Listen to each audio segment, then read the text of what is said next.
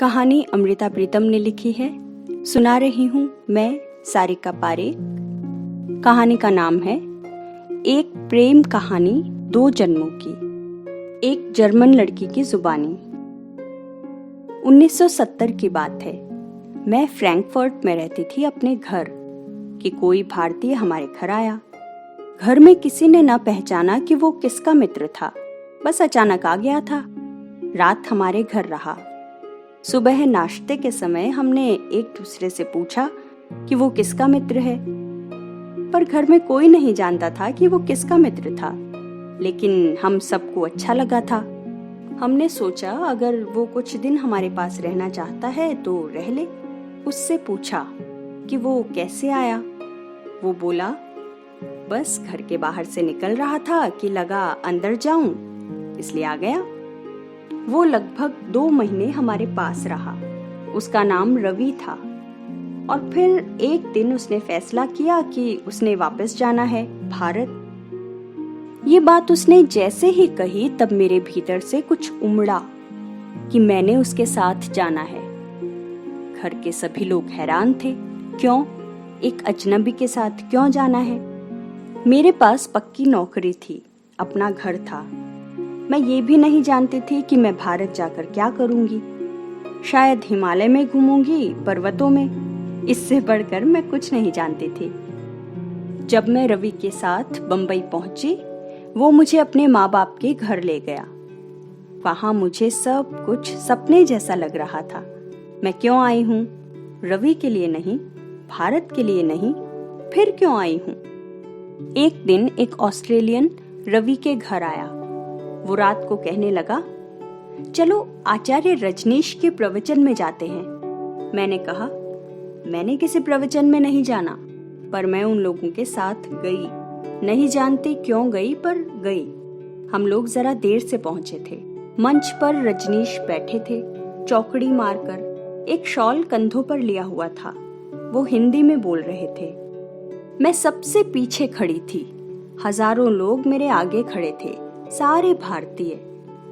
ये समागम खुली जगह पर हो रहा था, चर्च गेट के नजदीक, और रजनीश दूर से मुझे एक बिंदु की तरह दिख रहे थे। मैं आगे बढ़ने लगी और भीड़ में से रास्ता बनाती बिल्कुल आगे पहुंच गई और बैठ गई। लगा मेरे होश गुम हो रहे हैं। वो ऑस्ट्रेलियन मुझे इशारा करता रहा वहां से उठने के लिए और लौटने के लिए। उसके लिए ये प्रवचन का तजुर्बा काफी था। मैंने कहा, मैं नहीं जा सकती, मैंने यहाँ ठहरना है। इस तरह हम प्रवचन के अंत तक बैठे रहे। मैं जैसे एक गहरे सपने में उतर गई थी। मेरे लिए सब कुछ अनजाना था। नहीं जानती थी कि मेरे साथ क्या हो रहा है, ये रजनीश कौन है। हम घर लौटे। अगली रात वो बोला, एक ध्यान शिविर हो रहा है माउंट आबू में, तुम जाना चाहोगी? मैंने कहा, मैं ध्यान नहीं कर सकती, वो लोग मुझे शिविर से बाहर निकाल देंगे। वो कहने लगा, नहीं नहीं, ऐसा नहीं होता, वहां कोई भी जा सकता है। हम माउंट आबू चले गए। वो लोग ध्यान करने लगे तो मैं झाड़ियों में छुप गई। पता नहीं लग रहा था कि वो लोग क्या कर रहे हैं। बहुत गहरे गहरे सांस ले रहे थे, रो रहे थे, फिर हू हू करते हुए उछल रहे थे, हंस रहे थे। मुझे पता नहीं लग रहा था कि वो क्या हो रहा है। फिर एक औरत मेरे पास आई और बोली, आचार्य देख रहे हैं कि तुम कुछ नहीं कर रही। मेरे होठों से निकला, ऐसे सांस खींचना मुझे नहीं आता। वो बोली, आचार्य तुम्हें 3:30 बजे मिलना चाहते हैं। मैं घबराई भी थी, पर उत्साह सा भी आया। इस तरह मैं सर्किट हाउस गई, जहां रजनीश ठहरे हुए थे। मैं जाकर दरवाजे पर खड़ी हो गई। दरवाजे से देखा, रजनीश एक कुर्सी पर बैठे थे, चौकड़ी लगाकर। एक लुंगी पहनी हुई थी और किसी से बातें कर रहे थे। उन्होंने मुझे दरवाजे से देखा। मेरे पैर जैसे बेजान हो गए, घुटने कांपने लगे। मेरे पीछे खड़े एक भारतीय ने मुझे सहारा दिया। अंदर गई। रजनीश ने पूछा, क्या ध्यान में तुम्हें कुछ मुश्किल आ रही है? मुझसे बोला नहीं गया। मैं खिड़की से बाहर आसमान की ओर देखती रही, चाहती थी कोई जवाब देना, पर बोला नहीं गया।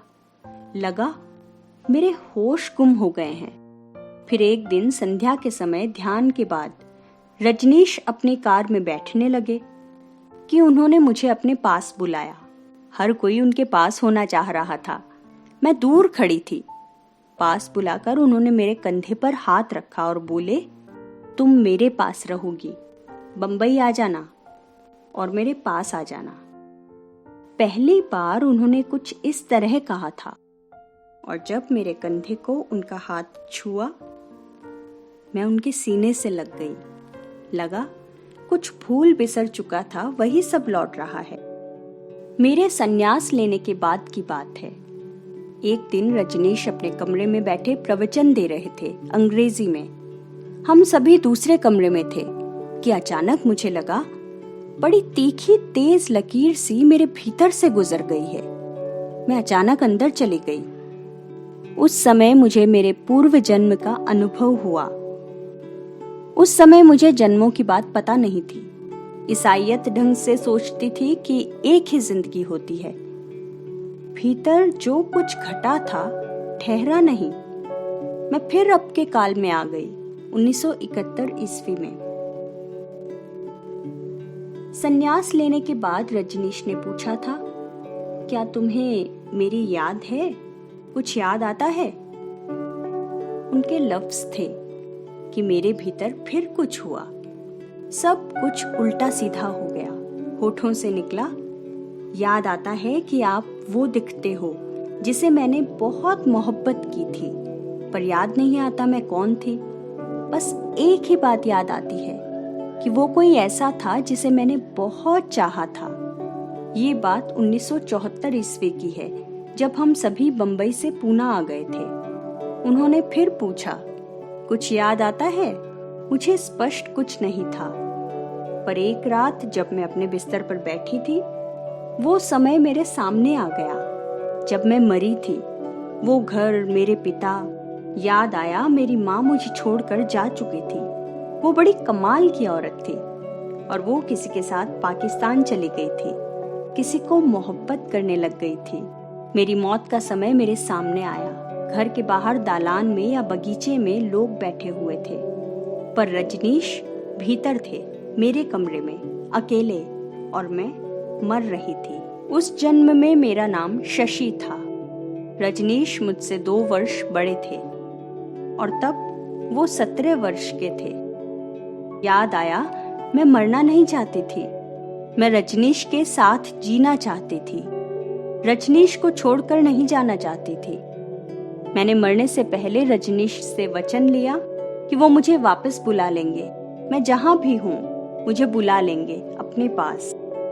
और मैंने मरने से पहले रजनीश से वचन लिया कि वो विवाह नहीं करेंगे। सब कुछ याद आ गया कि हमारा घर मंदिर के नजदीक होता था। रजनीश मंदिर में जाकर ध्यान करते थे। वो जब मंदिर जाते, मैं अपने घर की खिड़की में बैठकर या बगीचे में बैठकर उन्हें देखती रहती थी। कई बार उनके पीछे पीछे मंदिर चली जाती। वो कहते, तुम मुझे फिर से तंग करने आ गई। मंदिर एक पहाड़ी की चोटी पर था। उसके एकदम नीचे एक नदी बहती थी। वही गांव था गाडरवाड़ा, जहां रजनीश पैदा हुए थे। वही मेरा गांव था। अब जब रजनीश अपने प्रवचन में उस नदी का जिक्र करते हैं, उसी नदी में मैं उनको तैरते देखा करती थी। रजनीश का एक मित्र था श्याम।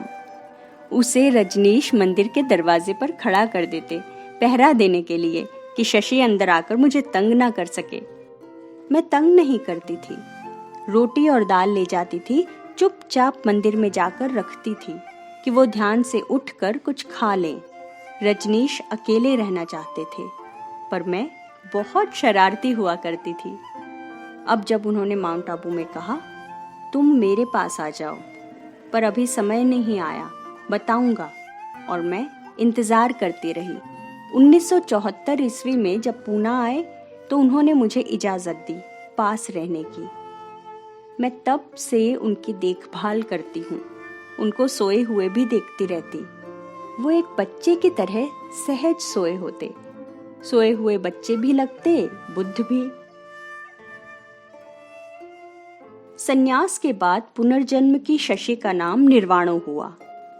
ये हक सिर्फ उन्हें ही हासिल हो सकता था कि ओशो की तबीयत जब तक ठीक नहीं होती, वो उस हालत में भी प्रवचन देने के लिए जाना चाहते, तब वो निर्वाणो उनका कमरा बंद करके बाहर से ताला लगा देती। बहुत देर हुई। मैंने ओशो की किसी किताब में इस शशि का और इसकी मौत का जिक्र पढ़ा था, उनकी उदासी का भी। पर अब उस शशि के अपने लफ्जों में वो कही सुनी वार्ता मेरे सामने है। 2 जन्मों की एक बेमिसाल वार्ता। ओशो ने 19 जनवरी 1990 में ये शरीर त्याग दिया था। आश्रम में ये बात सबको पता थी कि ओशो शरीर त्याग रहे हैं।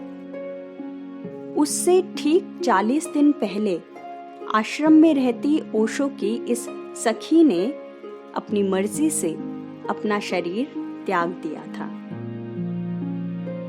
कहानी आपको कैसी लगी? आप मुझे कमेंट करके जरूर बताइएगा। अगली बार मिलती हूँ एक और नई कहानी के साथ।